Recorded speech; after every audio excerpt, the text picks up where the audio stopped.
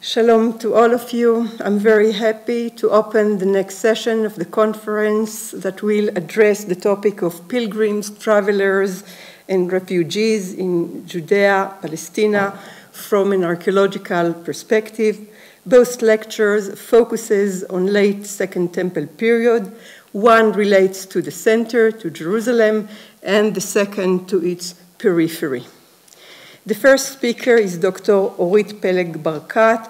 Dr. Orit Peleg-Barkat is a classical archaeologist specializing in Hellenistic and Roman art and architecture of the southern Levant. She is a staff member of the Classical Archaeology sub-department at the Institute of Archaeology of the Hebrew University in Jerusalem and runs excavations and field work at several sites, including at En-Gedi, by the Dead Sea, at Chorvat Midras in the Judean foothills, at Chorvat Alek, east of Caesarea, as well as in the Jewish quarter of the Old City of Jerusalem and the Ophel south of the Temple Mount. Dr. Peleg-Barkat has published extensively in various journals and collective books on architectural decoration used in the private and public spheres by the Hasmonean dynasty, King Herod, and the Jewish elites of both late Hellenistic and early Roman period Jerusalem and its rural countryside. She has also been engaged in studies of the synagogue of Gamla, the art and architecture of Elia Capitolina, Herodian Jerusalem, and more.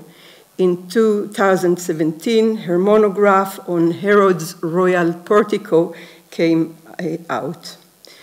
The title of Orit's lecture is Men in the Street, Movement Toward the Temple in Jerusalem. Orit, please. Good morning, everyone. Before I begin, I would like to thank Maren for inviting me. And I think it's the first time that I am chaired by my PhD supervisor and teacher, Professor Rina Talgam, and this is very exciting. So I would also like to apologize due to the fact that this is the first week of the spring semester. It's very hectic with teaching obligations and meetings, so I regrettably, I cannot take an active part in the conference as I would like to. So my talk today will focus on pilgrimage to Jerusalem in the late Second Temple period from the perspective of the physical movement of the pilgrims. It will deal with the scenery, architecture, and facilities that frame this movement and the ways in which they impacted the pilgrims' experience. The last section of the talk will shortly describe a new project that aims to enhance our knowledge on the movement of pilgrims and their other activities in the area south of the Temple Mount, where they gather just before entering the holy precinct. In recent decades, a growing research interest to explore movement and the flow of people developed in the social sciences, where movement is commonly treated either as something neutral, facilitating economic, social, and political processes, or as a byproduct of social life. However, Tim Creswell's argument that mobilities lay at the center of constellations of power, the creation of identities, and the microgeographies of everyday life has promoted a new mobilities paradigm that aims to gain further insights into the social implications of movement and into the process that enable, prevent, and shape mobilities. Since movement is passing from one place to another, its nature is temporary, and it does not leave any record when completed.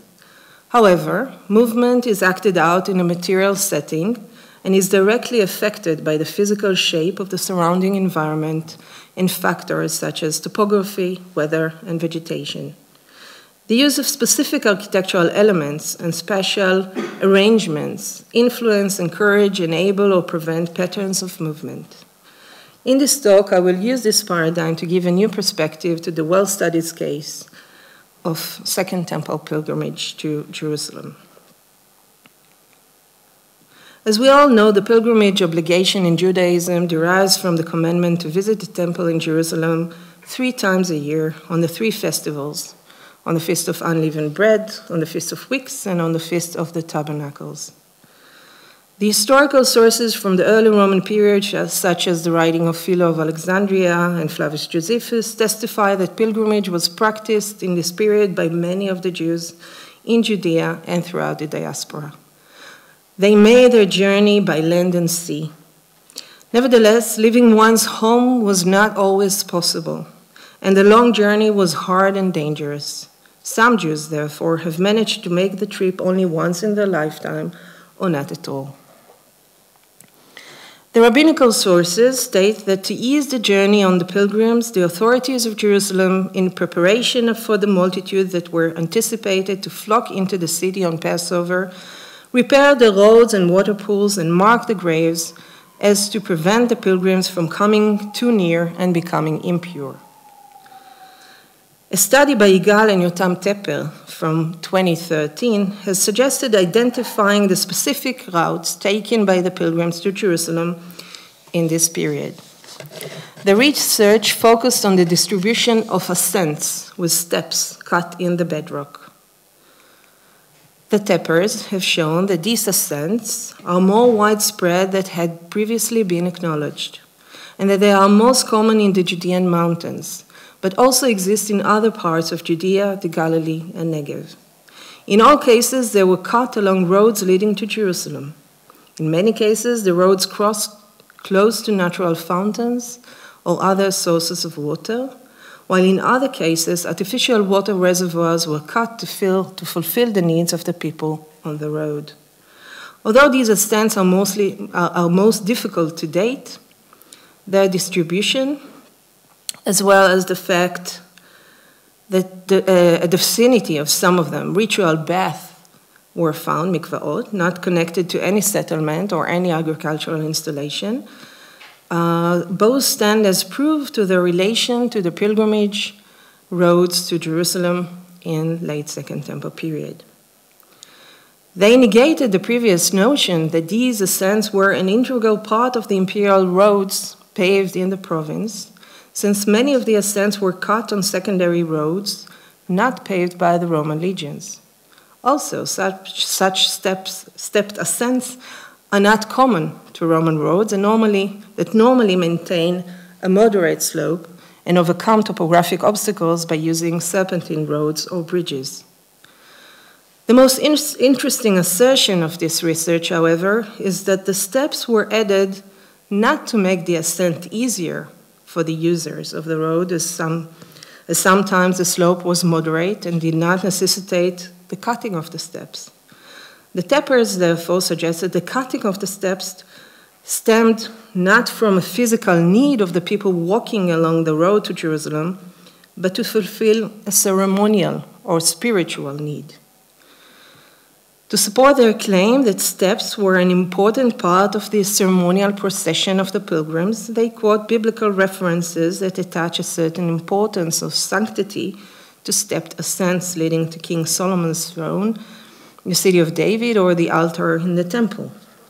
The sets of steps scattered along the pilgrim routes to Jerusalem reminded the pilgrims taking the road their destination and purpose. As we shall soon see, such steps continued to shape the experience of the pilgrims after entering the city itself. Once the city was at reach, the pilgrims could notice the great number of open water pools, mostly on the outskirts of the city or immediately beyond its walls. In a PhD research by David Gurevich, 8 out of the 10 pools were dated with certainty to the Second Temple period, either from the late Hellenistic period or Herodian period until the 1st century CE. Such a great number of open pools has no equivalent in other cities throughout the Hellenistic and Roman world, and attests in the eyes of Gurevich to the special measures taken by the city's administration to fulfill the needs of the thousands of people and pilgrims that flocked in the city during the holidays. While most of the pools served as water reservoirs with secondary functions, such as military obstacles, two of them, the Bethesda pools north of the Temple Mount and the Siloam pool in the northeastern part of the city, served for mass ritual bathing, as attested by both the New Testament and the wide staircases leading down to their bottom. Entry into the city was possible from all sides, but the topography of the city's surrounding, with the Kidron Valley to the east and Hinnom Valley to the southwest and south, naturally drew many of the worshippers to the main southern gate, situated in the southeastern part of the city by the Pool of Siloam, the only pool who received its water not from rainwater, but from the natural Gihon spring situated to its north. Traditionally, the Christian site of the Siloam pool was the pool and church that were built by the Byzantine Empress Eudocia in the 5th century CE to commemorate the miracle recounted in the New Testament, while the exact location of the original pool as it existed during the time of Jesus remained a mystery until in June 2004, during construction works to repair a large water pipe at the southern end of the city of David, archaeologists Roni Reich and Eli Shukron, on behalf of the Israel Antiquity Authority, identified two ancient stone steps. Further excavations revealed that they were part of a monumental pool from the Second Temple period. The structure Reich and Shukron discovered was almost 70 meters long, with corners that are slightly greater than 90 degrees, indicating a trapezoidal shape, with the widening end oriented towards the European Valley. The excavation showed the steps existed on at least 3 sides of the pool. There are 3 sets of 5 steps, 2 leading to a platform before the bottom is reached. And it has been suggested that the steps were designed to accommodate various water levels. The pool is stone-lined, but underneath there is evidence of an earlier phase that was merely plastered.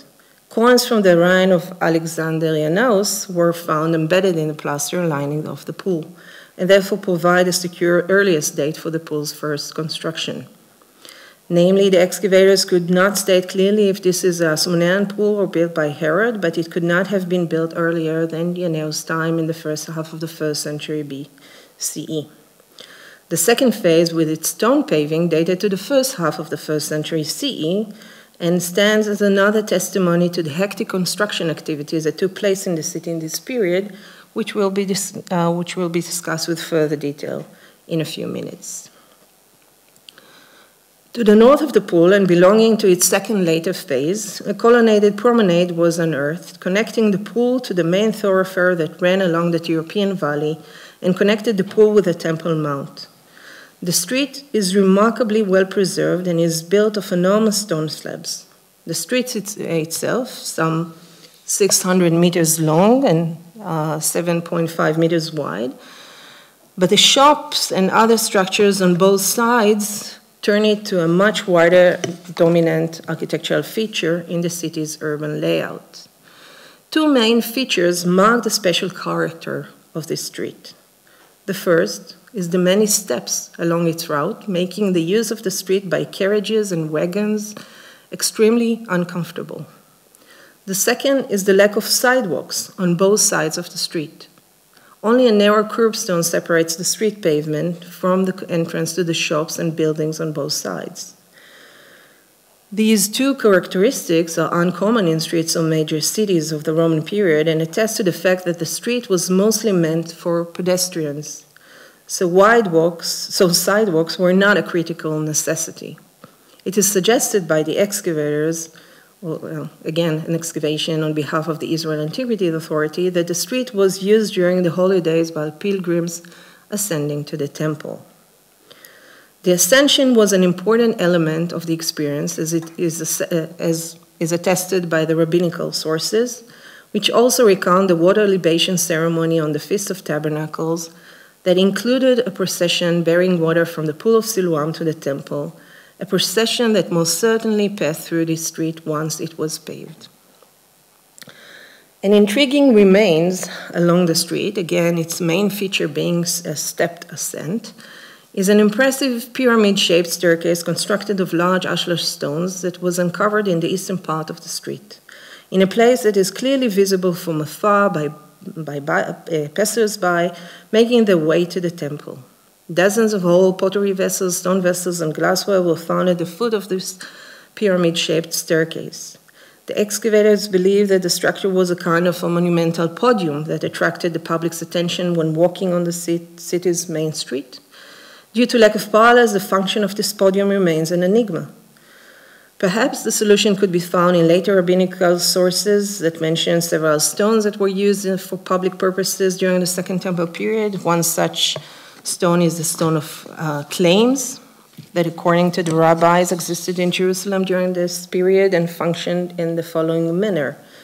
Our rabbis taught there was a stone of claims in Jerusalem. Whoever lost an article repaired it there, and whoever found an article did likewise. The latter stood and proclaimed, and the former submitted his identification marks and received it back.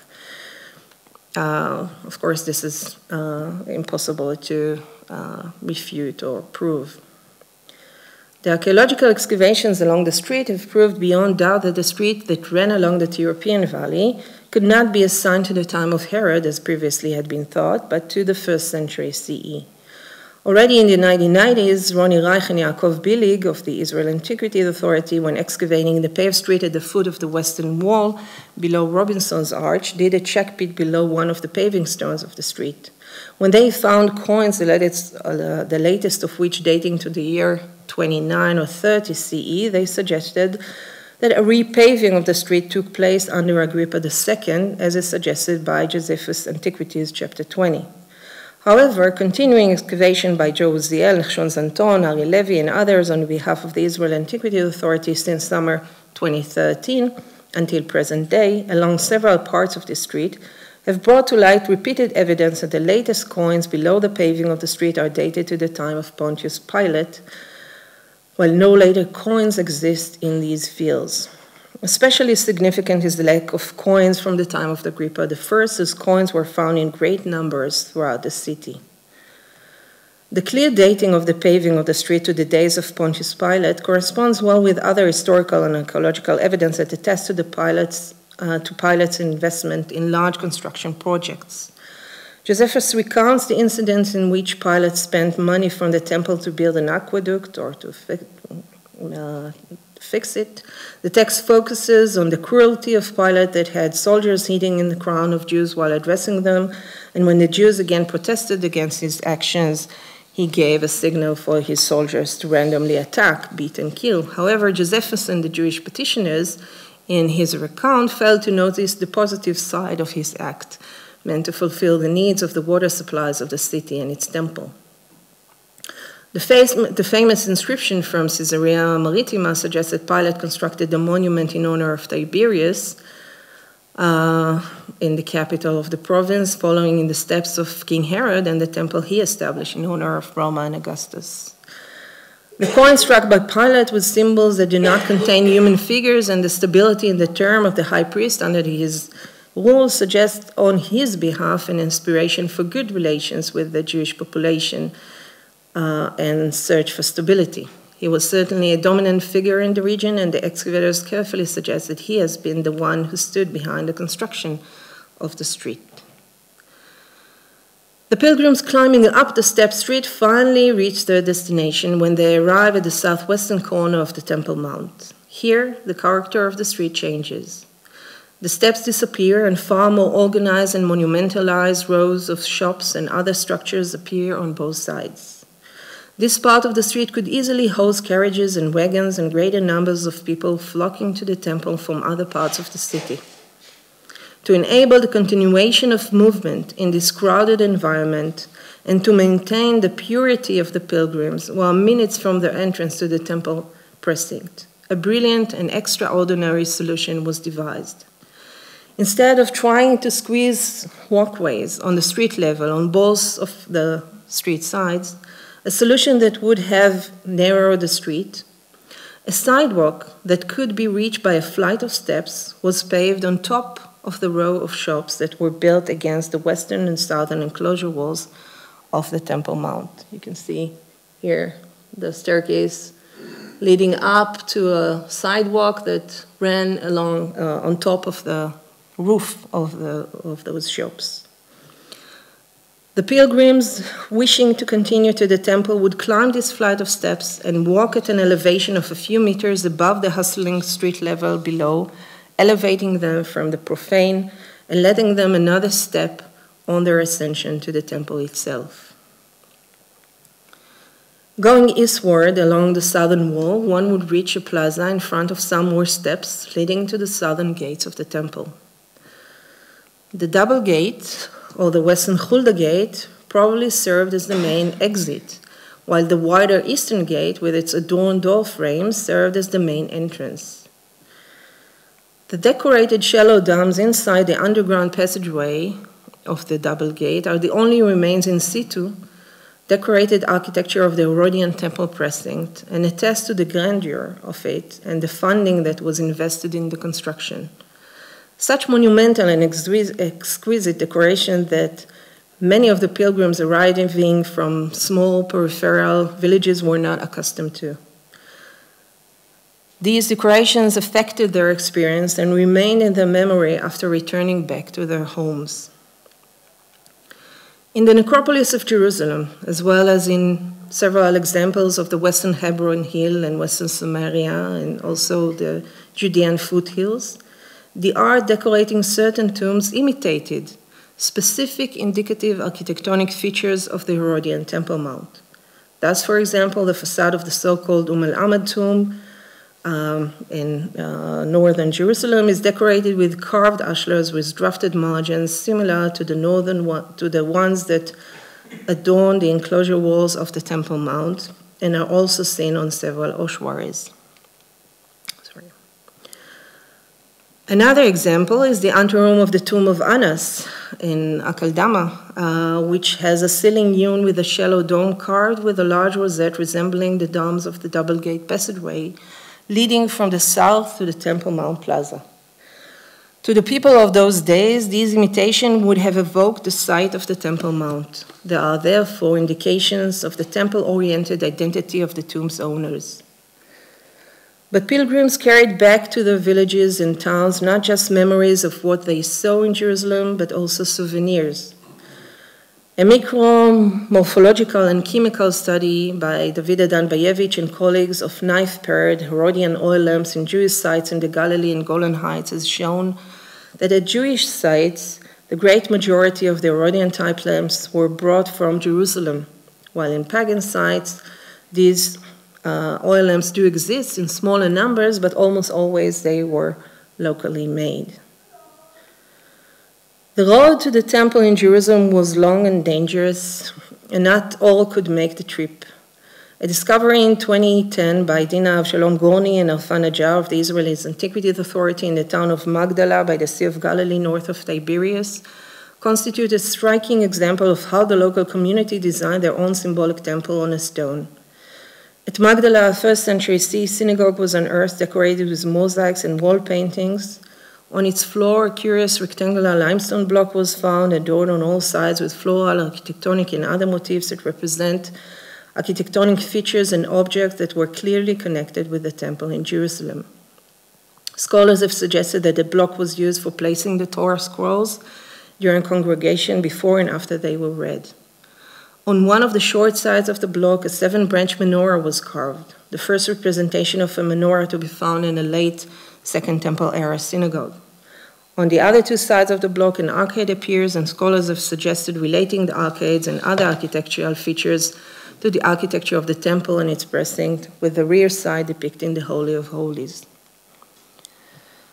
It is well agreed among scholars that by the later Second Temple period, Jews had developed a collective identity with a significant degree of cultural and religious communality, and a growing repertoire of historical memoirs. The linchpin of this communality was the centrality and importance of the Jerusalem temple.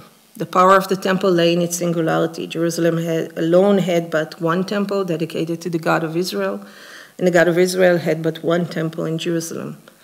This intense focus and exclusivity generated much devotion among Jews toward their sacred site. This devotion was expressed more than anything by pilgrimage, and the pilgrimage experience was enhanced and intensified via architectural and other means with a gradual ascension, both physical and spiritual, until reaching the temple. Still, much remains unknown about the actual reality of the pilgrimage experience. The Ophel, situated between the city of David and the Temple Mount, was a central public hub for pilgrims gathering before entering through the southern gates to the Temple Mount. A new excavation and research project launched by Professor Uzi Libner from the Hebrew University and I aims to investigate pilgrimage to the temple through an archaeological study of the architectural layout and various functions of the Ophel as they developed during the Second Temple period. It is meant to explore the ways in which the area was designed to serve the myriads of pilgrims and to reconstruct their participation in various activities near the temple gates. These goals will be achieved by focusing on two major aspects: a study of the urban plan of the Ophel and its development from the late Hellenistic period until the destruction in 70 CE, including a study of structures and their functions, of access routes and their nature, and of installations. And B, study of economic and behavioral aspects of the pilgrimage to Jerusalem during this period by using advanced research methods to examine the rich assemblage of unearthed artifacts. The archaeological data will be gathered through analysis of unpublished documents and finds from crucial contexts of previous excavations in this region, together with a renewed architectural survey. Research of selective assemblages such as the copious coins, we have a couple of thousands of coins from this period, will enable to characterize and map the various activities and to examine their scale. Also, resuming excavation in the eastern part of the Ophel is, again, another part of this project, including advanced analytical studies which will allow the detection of ritual, social, and commercial activities connected with the presence of pilgrims and goods from near and far. The first season of the renewed excavations was conducted in August 2022, led by Uzi Libner. In this season, substantial remains of a monumental public structure were uncovered, initially discovered by the late Eilat Mazal beneath a large Byzantine dwelling. The structure is located some 50 meters south of the Triple Gate and adjacent to a large pool surrounded by steps discovered during the conservation works that were done in this region, in this area in the 1980s. A 3-meter wide portico paved with large ashlars connects the structure to the pool. The structure has a finely built ashlar facade in which 2 wide thresholds designed for double-winged doors are fixed. Each opening leads into a staircase that descends northwestwards. The southern staircase has plastered stairs of the type common in ritual bath, while the northern staircase is well preserved and built of large ashlars. Both staircases were found covered by a massive ashy destruction layer containing ashlars and numerous 1st century CE pottery vessels, as well as stone vessels and dozens of coins, the latest of which are from the year 4 of the first Jewish revolt, pointing to the date of the destruction. The initial analysis of the find suggests that the monumental structure was built in the late 1st century BCE or early 1st century CE. Only future excavation will allow the reconstruction of the structure's plan and function.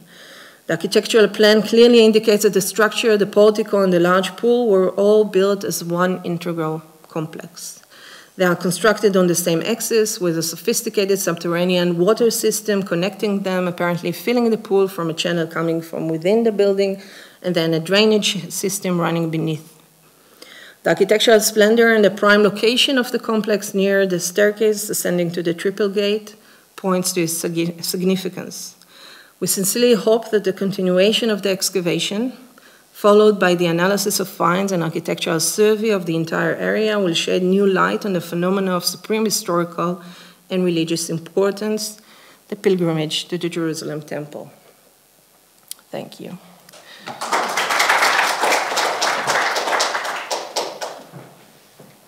Thank you very much, Orit, for your illuminating lecture, as always, I have to say. I'm sure the audience would like to hear more from you, and I open the floor for questions. Please.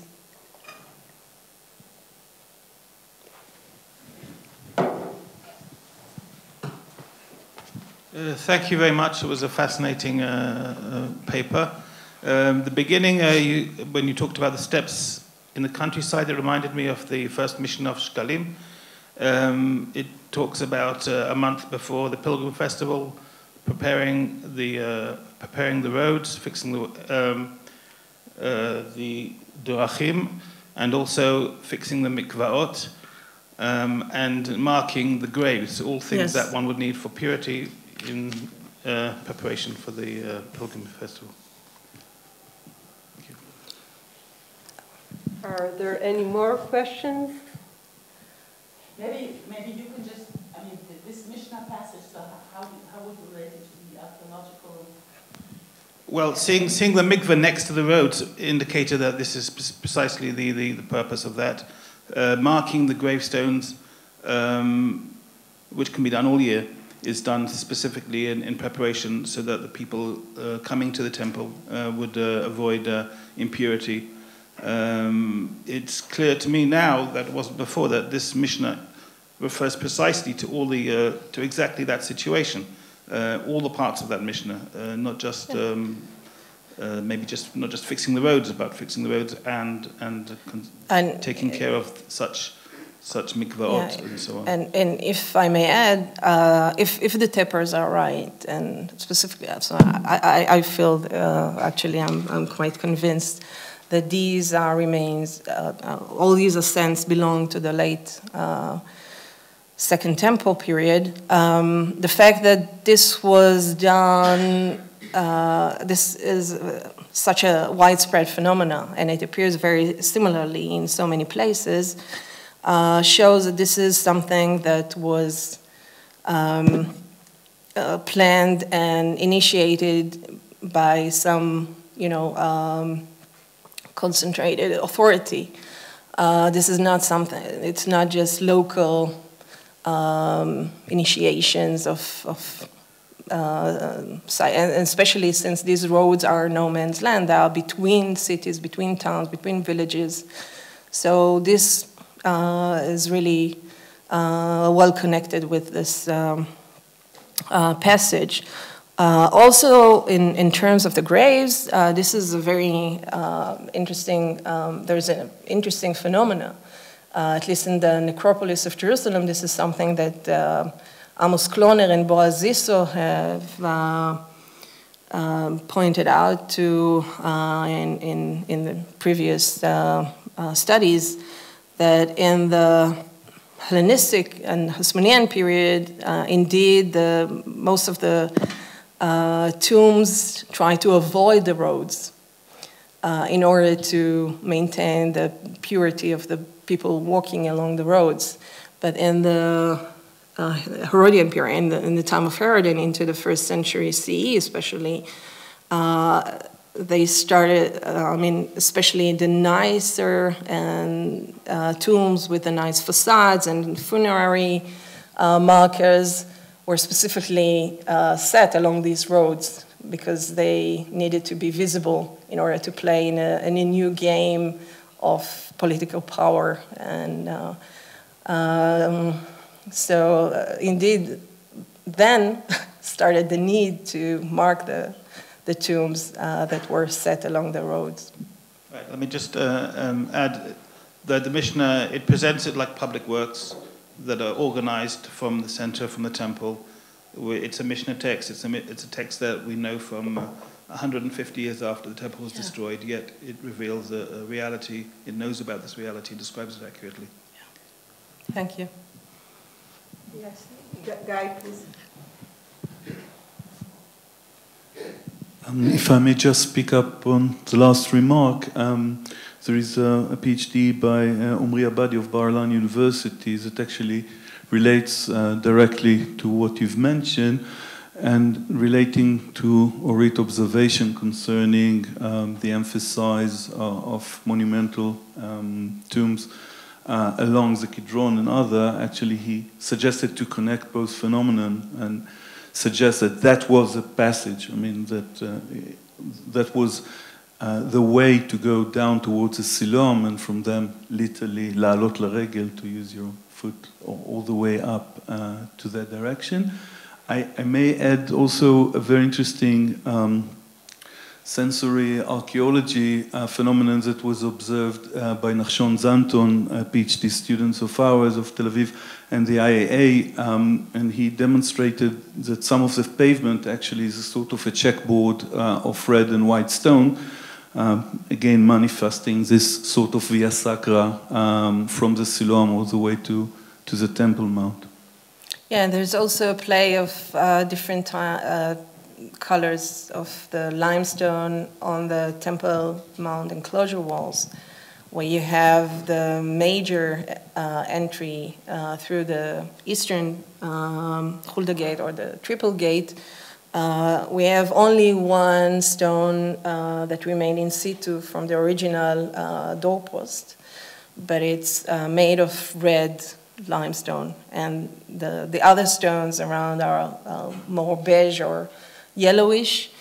So clearly color, not just the ascent, but also other senses, you know, not just how your heartbeat starts to become stronger, but also colors and probably others, you know, factors played a role in this experience of the pilgrimage in Jerusalem.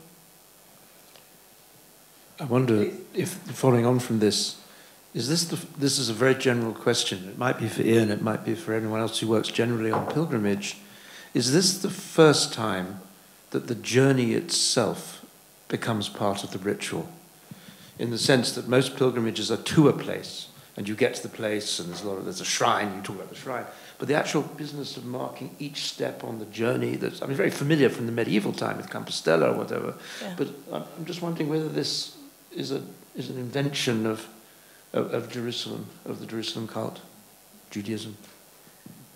Each step that you'd have the mikveh on the road. It's an extraordinary idea. I would also love a reply to that question, if anyone has an answer.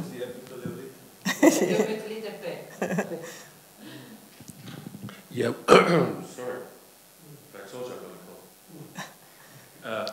That's exactly the question, which is very, very difficult to answer. But I mean, one counterexample, I'm sure it occurs in all sorts of cultures, but one example from the Greek world is the journey to Eleusis, where there's pretty much a sacred route from Athens to Eleusis. Yeah. Pausanias describes it, and there are various points on the way.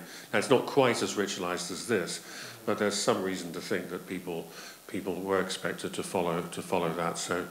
The sacred way was named as such, but it didn't have like mikvah on the way. It didn't have ritual baths. There were some rituals getting toward Eleusis, which you were supposed to do, I think, but yes, not as much. Jeffrey would like to add another comment. I actually don't think that this is a ritualized way. I think it's a very practical point. Purity was practical. I think they needed to preserve their gifts that they were bringing to the temple in purity and themselves avoid the rush when they got to near the temple. So I don't see a ritualized journey. Bikurim in the Mishnah, Bikurim describes a procession as they arrive, and there perhaps we do see something. But the purity aspect, I think, is practical. Maren, would you like to? Thanks, Orit, for sharing, especially in your last slides, the very new excavations on which you now work. Can you just explain a bit more about the coins that you found there, and which I understand is also the basis for this new monumental work under the Byzantine building, right? And I was in particular also curious, is there any kind of other foreign coins? I remember in the museum there was one coin, at least one coin that I of course noticed from Alexandria, And I always like to think that it fell out of Philo's pocket when he visited. So is there any kind of coin evidence that perhaps can help us understand from where the people came? Yeah, so this is part of the planned project that we're just starting. So the coins that I've shown are actually local coins, right? They are from the time of the revolt. And they are interesting. First of all, one of the coins is a silver half a shekel, which is very rare to find in an archaeological excavation, and that was very exciting. But the whole assemblage shows that this monumental building was probably used as a public building since its construction and until the revolt. But during the revolt, it was used by rebels as shelter and as a temporary dwelling place. But this is something, I mean, this is also interesting, but not connected to the pilgrimage. But part of the, the largest excavation that was conducted in this region of the Ophel was led by Benjamin Mazar right after the Six-Day War for 10 continuous years, and on a very large scale, very large area. And in this excavation, dozens of thousands of coins were collected. And a large chunk of these coins, from all periods of time, of course, but a large chunk of these coins are from the early Roman period. And many of them are indeed not local, from Tyre, from Alexandria, from more exotic places. Of course, there is no specific way to say whether these came by pilgrims or other kinds of, secular commerce activities or non-religious activities, but it will give us a very... So one of the main goals of this project is to publish such finds, the coins, and also to do provenance on the pottery, to see where the pottery comes from, and metal artifacts. We can also analyze the different alloys and sometimes say where the metal came from. So the methodological difficulty would be to say if this is connected with pilgrims or just, ordinary people who came, like tourists and merchants and others. But I think that the magnitude, if we compare the diversity of Jerusalem in this period to other towns or cities in this period, we can see that Jerusalem had much greater diversity. So, and then international, and then we can suggest that this is connected with pilgrimage.